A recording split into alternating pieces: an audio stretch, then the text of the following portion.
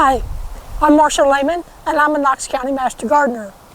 Today, I'm at the Concord UMC Community Gardens, where we have a collection of blueberry plants. Behind me are two, and I'm going to prune this one today for the video. There is a bit of a story behind these, and that is that in the summer of 2020, these plants were about 20 years old and in another location, and we moved them. As I say, there's a long backstory, but you'll notice we've got drip irrigation coming into this bed. We pampered them all that summer, gave them a bit of a pruning to balance how much growth was on the top versus roots, even though we got like a 4-foot root ball. And then the following spring, we were advised by a UT professor to strip half the blossoms and not let it have a full fruit load.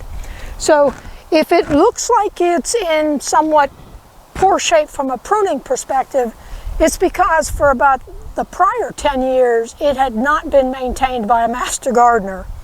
Its first 10 years it had. And the folks who then owned the property were going to just get rid of them, and we couldn't stand to see that happen. So we transplanted them, we kept them alive, and so this is its first real legitimate pruning.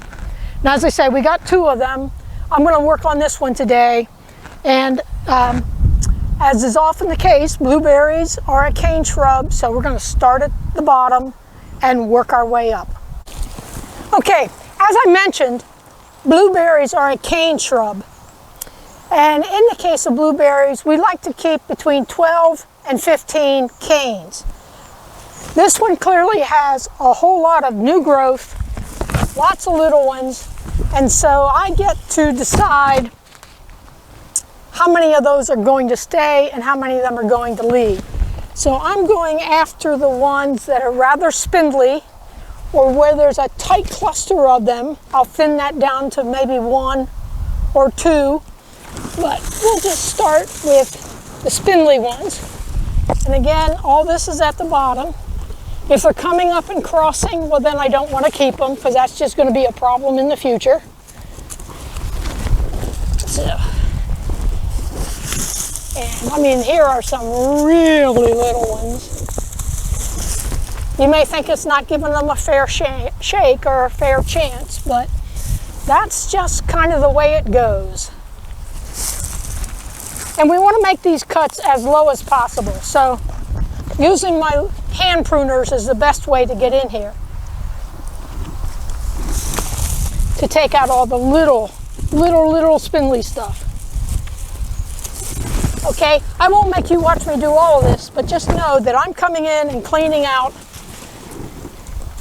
really spindly stuff. And when I say really spindly, you know, we often talk about the diameter of a number 2 pencil. These things are barely the size of the graphite or the lead in the number 2 pencil. So they are quite small. And you'll work your way around, and I guarantee you that when you think you're done, you're going to come back and find a couple that you missed, and that's okay. If you have anything, you can't see the 2 I just took off, but instead of coming up, they were just going straight out. That would be a problem in the future. So anything that wants to go straight out like that, we're going to take off. So I've probably already made 10 little snips.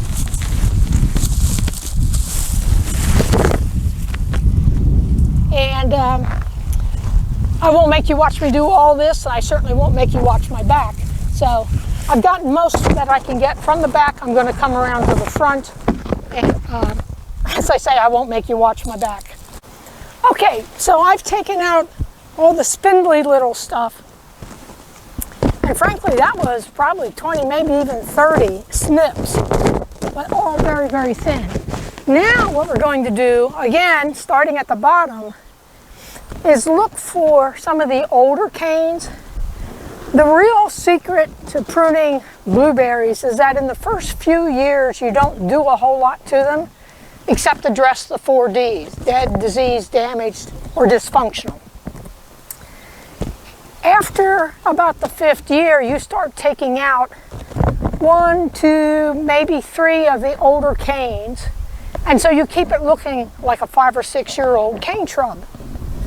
And it's fairly easy to tell some of that old wood from the newer wood, because the old wood has a very distinctive gray color. So this cane that I'm waving around here qualifies in 2 categories. One, it is older wood. I see where it's coming out of the base. And the second is the way it has grown, it will hit anybody who tries to do maintenance work behind this bed. So this one will come out, and now I'm moving up from the hand pruners to the loppers, because these are more than a ½ inch in diameter and will make a better lopper cut.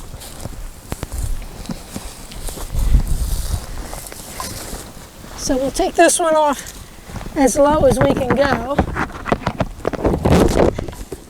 and pull that out. So there's one cane, and that takes quite a bit out of there. Here's a couple more really old woody canes, and I can probably get those better from the back.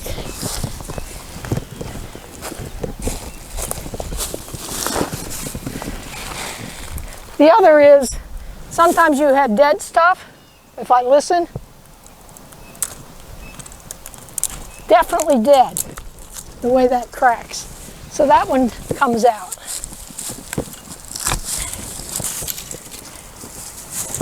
And I'd like to keep that one. This one is quite gray, and its bark is peeling. In taking them off low, I do have to be careful because there is drip irrigation hose in here. So if you see me moving some of this mulch around, it's to make sure that I don't accidentally cut through the drip irrigation. Here, yeah, this one has gotten long, wonky, and is older. We'll take that one out.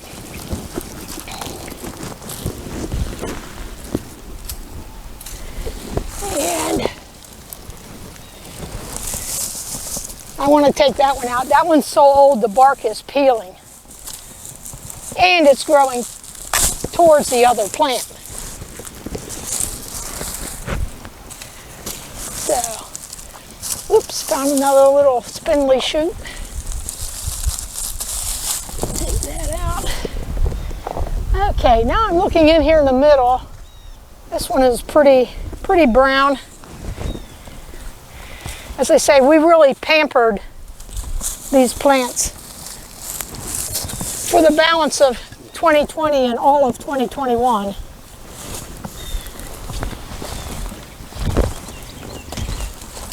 And they made it through that, so we're hopeful. This year we'll be able to have a full harvest. So, well, this cane is pretty woody. It has a fair amount of nice growth on it, so that's one that I think I'll keep this year, and maybe it'll go next year. Likewise with this one. And, oh man, what do I do with this?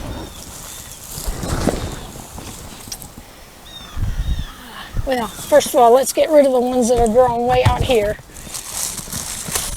We do want to keep it close to the base.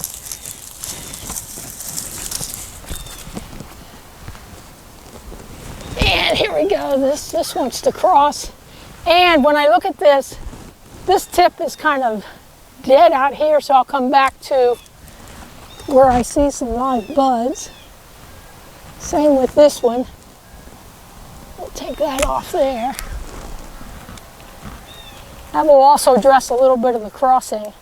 And as I look at that one, actually, I'm going to take it off all the way back here. This one wants to grow into the middle.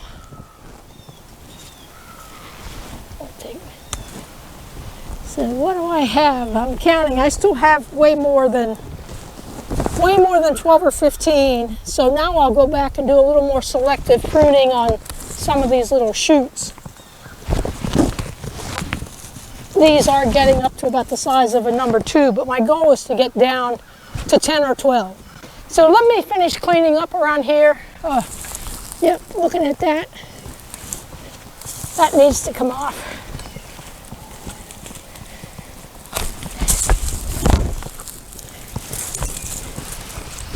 Yeah, okay.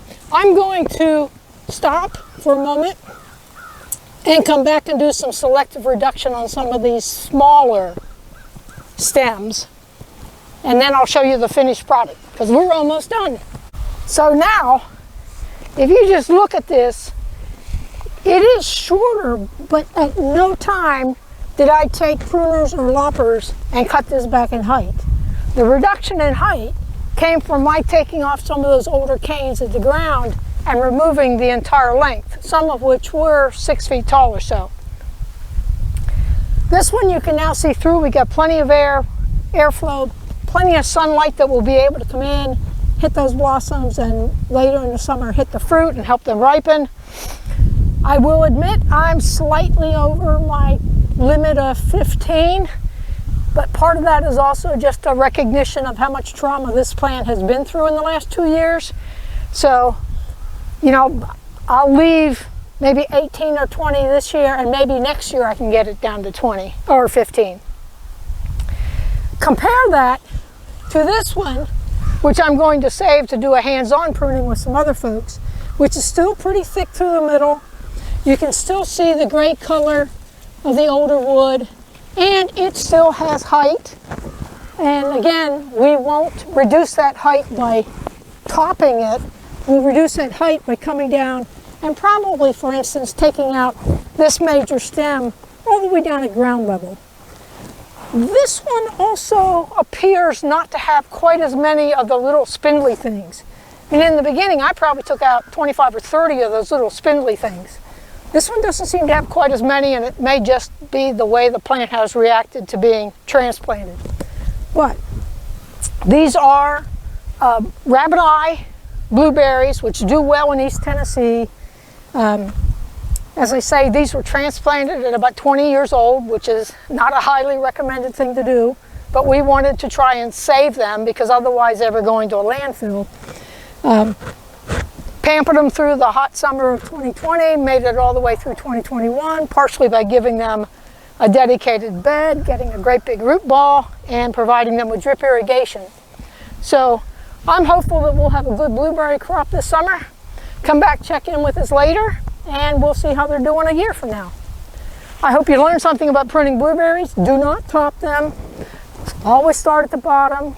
Take out the spindly stuff, work your way up into the middle, get rid of the crossing things, take out the oldest canes, which are the grayest looking. And when you get down to 12 or 15 and you've got good airflow, you can imagine the air passing through there, you're done. I hope you learned something today. Thank you for joining us.